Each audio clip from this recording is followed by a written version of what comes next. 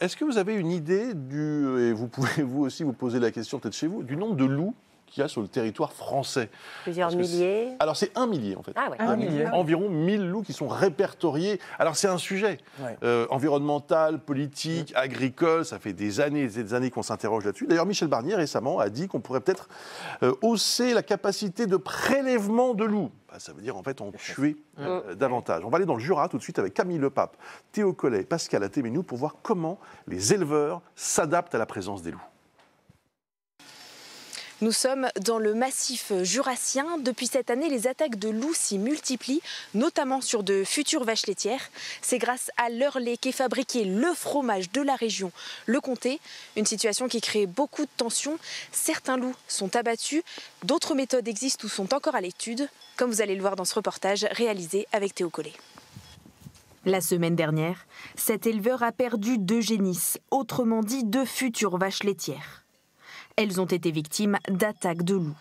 Dans ce même enclos, on a eu une 3e bête qui a été dévorée en partie vivante. Une quinzaine de loups adultes ont fait leur apparition il y a quelques années dans le massif jurassien. Les troupeaux situés à proximité des bois sont attaqués pendant la nuit. En 2024, plus d'une vingtaine de bovins ont été tués. On n'élève pas des bêtes pour les voir se faire dévorer vivantes et retrouver des cadavres comme ça sur le terrain quand on va les visiter tous les matins, quoi. Cet agriculteur milite pour l'éradication des loups, mais c'est une espèce protégée en France. Plusieurs méthodes se mettent en place. Les vaches de cet éleveur, par exemple, portent des colliers anti-loups. Ils émettent des ultrasons et de la lumière en cas d'attaque pour faire fuir le prédateur. Mais leur efficacité n'a pas encore été prouvée. Mon exploitation dispose de beaucoup de prévoits, donc est difficilement protégeable par des clôtures. J'ai également des chemins pédestres. C'est pas évident de mettre des patous. Donc c'est pour ça que je m'étais un petit peu tourné vers cette solution. Une fois la nuit tombée, des bénévoles viennent en aide aux éleveurs. Tu l'as vu ? Je l'éclaire pas trop. Pierre et Olivier vont surveiller un troupeau toute la nuit. Ce soir, pas de loup en vue. Donc on vérifie qu'on ait bien le patou qui soit proche du troupeau, en situation de garde.